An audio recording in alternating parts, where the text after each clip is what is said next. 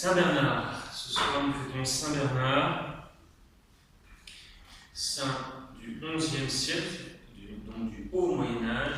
Saint Bernard, eh bien, ça fait connaître pour beaucoup de choses importantes. Je vais en signaler quelques-unes.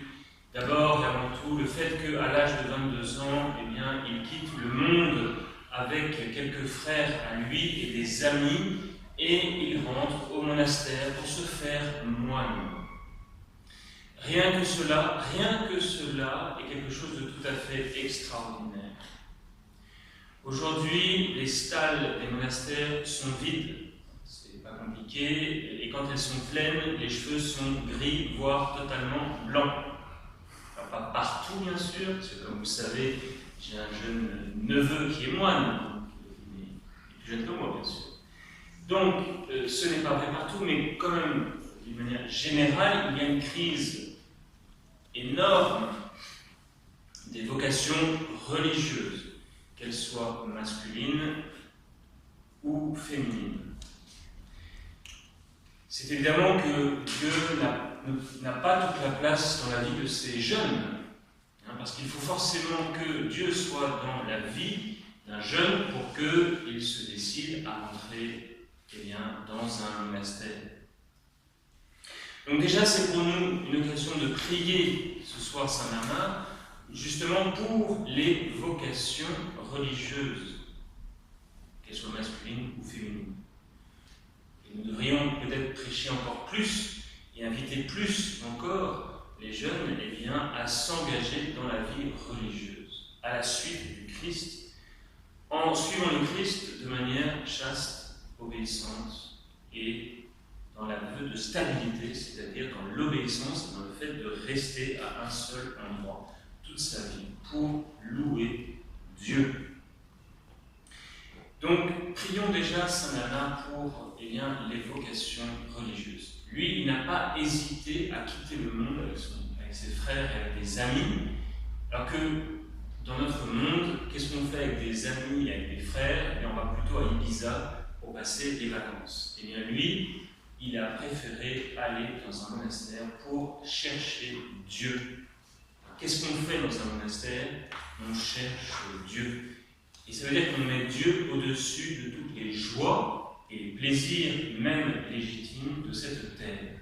Et c'est se rendre compte combien Dieu mérite que nous lui donnions toute notre vie. Parce que nous savons déjà, nous connaissons Dieu et nous connaissons le bien infini qu'est Dieu, et cela mérite que l'on donne toute sa vie.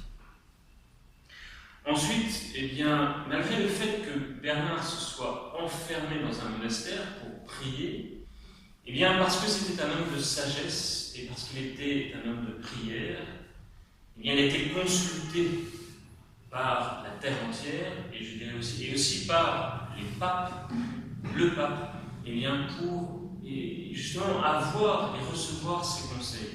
On est toujours étonné de voir combien dans les monastères, il y a des gens qui sont loin du monde, mais en fait c'est le monde qui vient à eux pour recevoir conseils et lumière sur ce qu'il y a à faire. Cela montre bien que quand on met Dieu à la première place, le reste suit.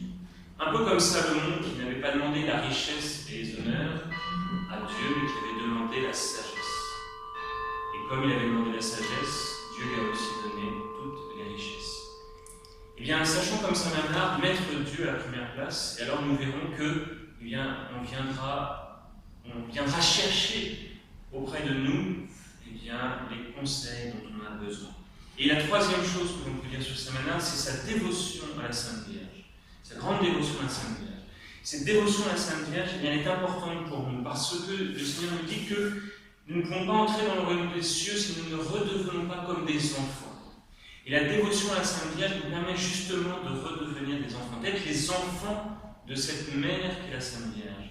Si nous voulons redevenir des enfants, il faut retrouver le chemin de la prière mariale et de la dévotion à la Sainte Vierge. Et donc Saint Bernard a été un grand dévot de la Sainte Vierge, et nous pourrons terminer la messe en disant le souvenir qui était composé par nous. Nous demandons aussi à Saint Bernard ce soir qu'il qui nous donne le goût de cette dévotion mariale, d'aimer la Sainte Vierge comme un enfant aime sa mère.